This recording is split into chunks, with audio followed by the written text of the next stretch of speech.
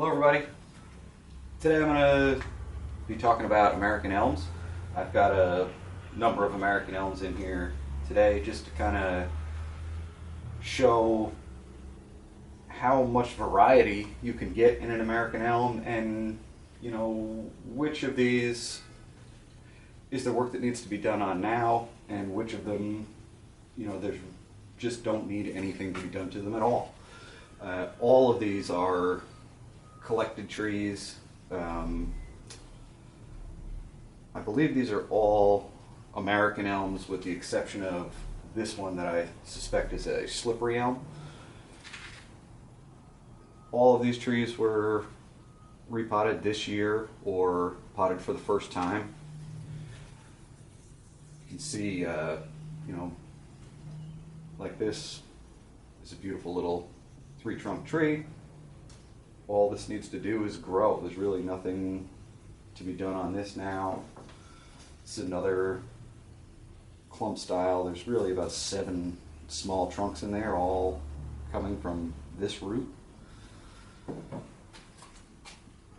Some really tiny ones here. These also, there's nothing for me to do on these now.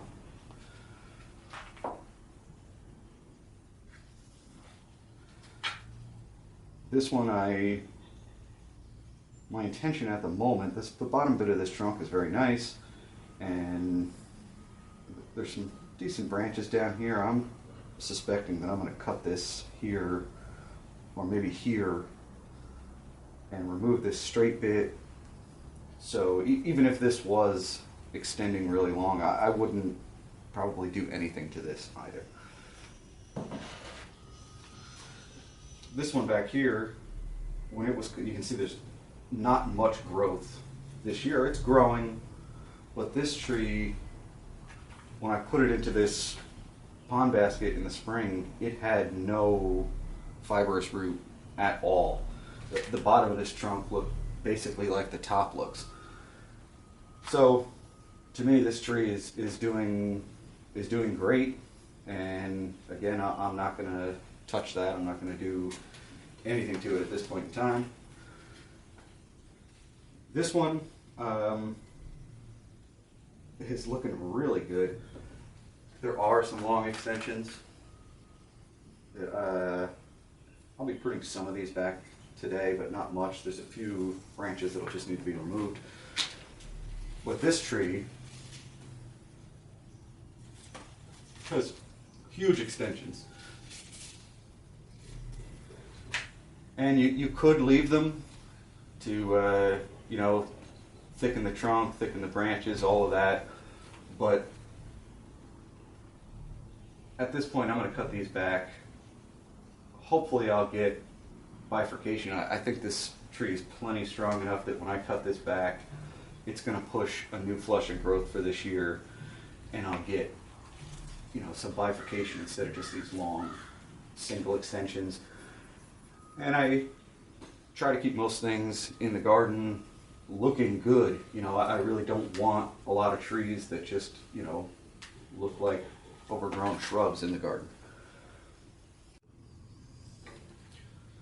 Alright, so I've cleared the rest of the trees off the bench. This is the first one I'm going to be working on. This is the one with the really long extensions. This tree is growing really strong and vigorously. I'm sure that it's going to respond well to this pruning.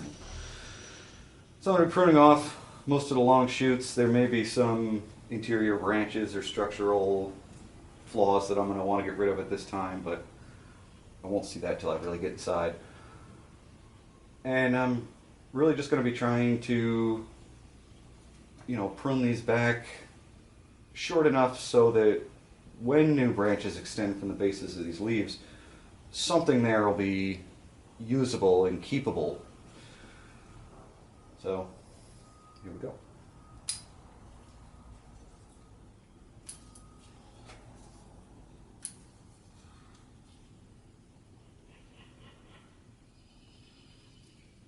A lot of these will eventually need to be wired down, and I'm just trying to imagine where that branch might be placed.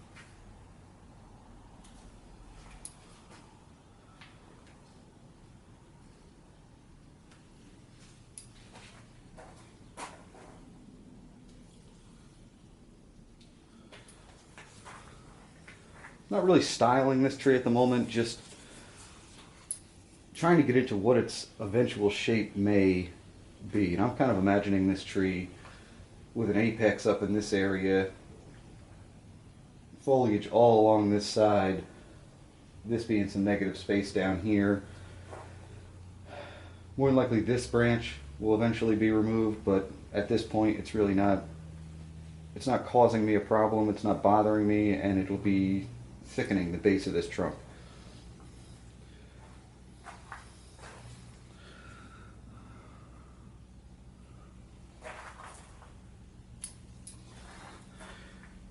And that's all I'm going to do to this tree for today.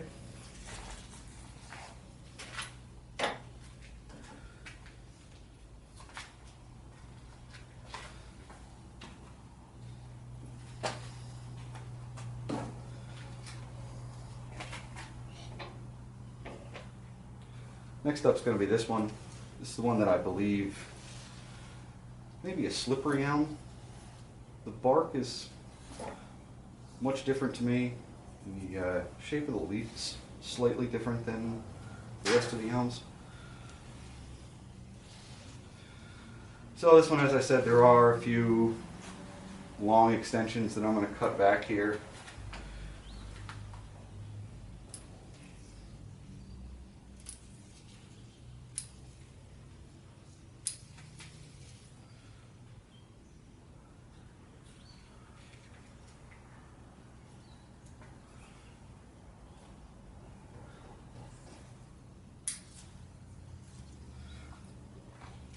That branch was coming right out from the base of this thicker, more mature branch here.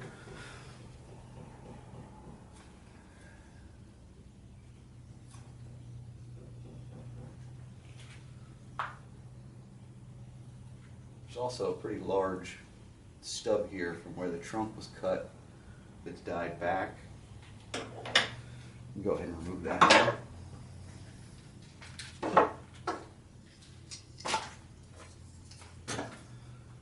Pretty thick.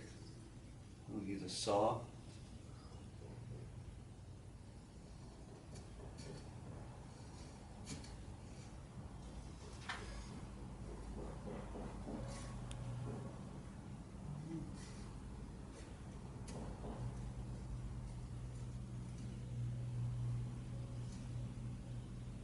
I'm having trouble getting this started here for some reason.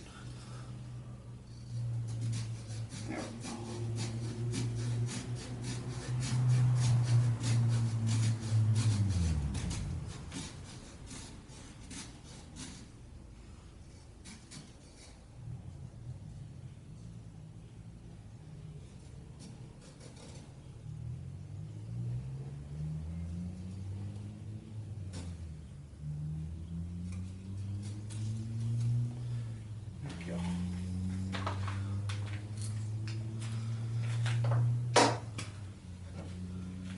Few other, same thing where I cut these branches back early in the spring where they've just died back.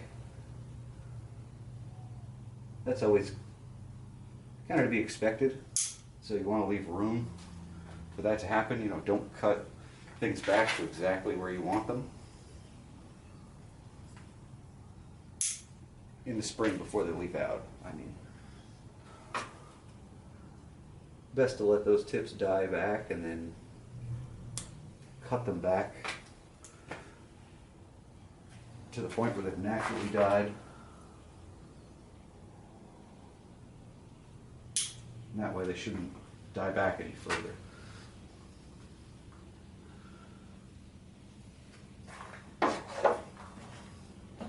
So I think that's it for the large stubs. I'm going to go ahead and seal those large cuts that I made with some liquid cut paste.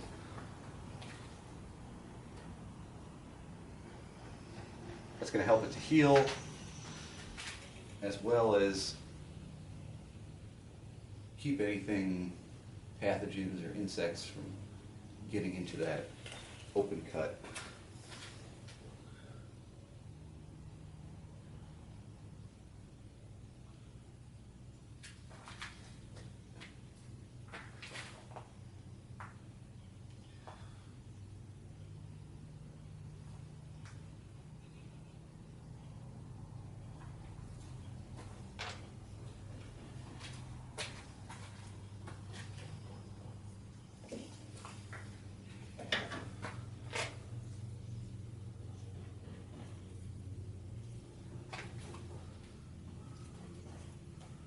branch here growing straight up and through the interior of the tree. I'm just going to take that right off.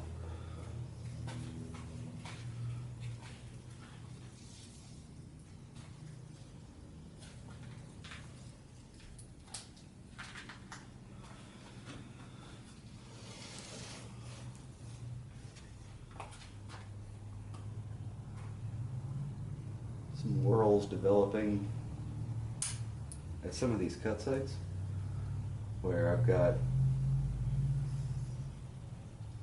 5 branches coming from that one point. So I'm going to reduce it to 2.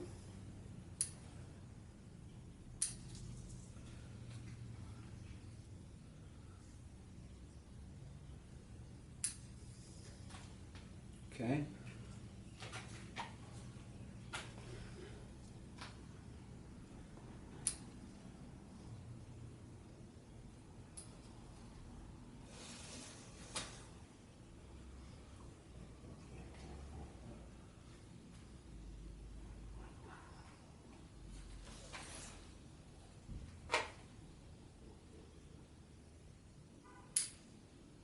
Small dead twigs down in here. Take those off.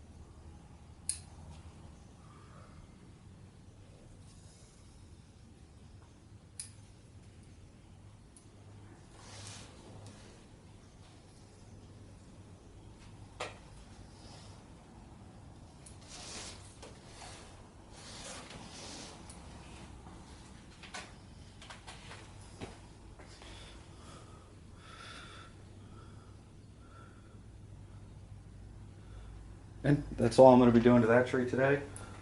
I removed some flaws. Oh, I guess I'm not quite done yet. Some small dead twigs and branches. And reduced some shoots that were just growing outside of the silhouette, outside of the shape of the tree. I think that's gotten it back into shape pretty well. Put that back out in the garden.